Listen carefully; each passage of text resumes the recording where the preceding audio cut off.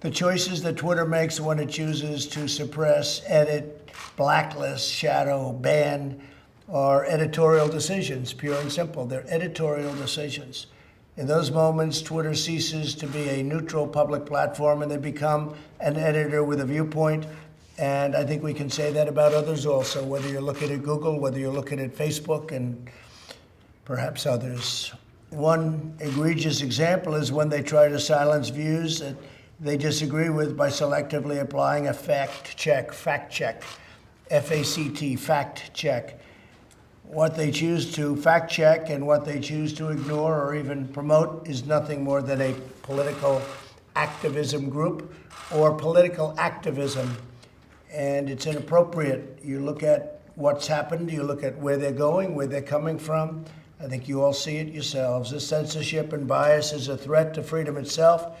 Imagine if your phone company silenced or edited your conversation. Social media companies have vastly more power and more reach than any phone company in the United States, more reach actually than your newspapers by far, more reach than a lot of your traditional forms of communication.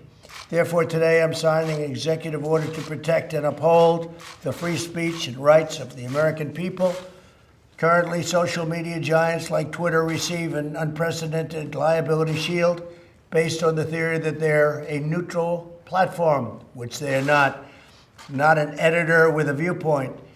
My executive order calls for new regulations under Section 230 of the Communications Decency Act to make it that social media companies that engage in censoring or any political conduct will not be able to keep their liability shield. That's a big deal. They have a shield. They can do what they want. They have a shield. They're not going to have that shield.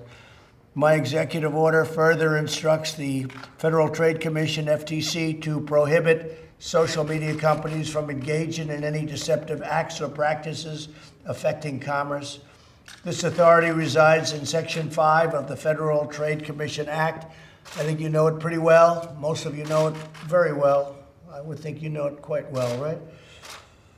Additionally, I'm directing the Attorney General to work cooperatively with the states. He's going to be working very much and very closely in cooperation with the states to enforce their own laws against such deceptive business practices. The states have broad and powerful authority to regulate in this arena, and they'll be doing it also, and we encourage them to do it if they see exactly as we've been seeing. It's what they're doing is tantamount to monopoly, you can say. It's tantamount to taking over the airwaves. Can't let it happen. Otherwise, we're not going to have a democracy. We're not going to have anything to do with a republic. Finally, I'm directing my administration to develop policies and procedures to ensure taxpayer dollars are not going in any social media company that repress free speech. The government spends billions of dollars on giving them money.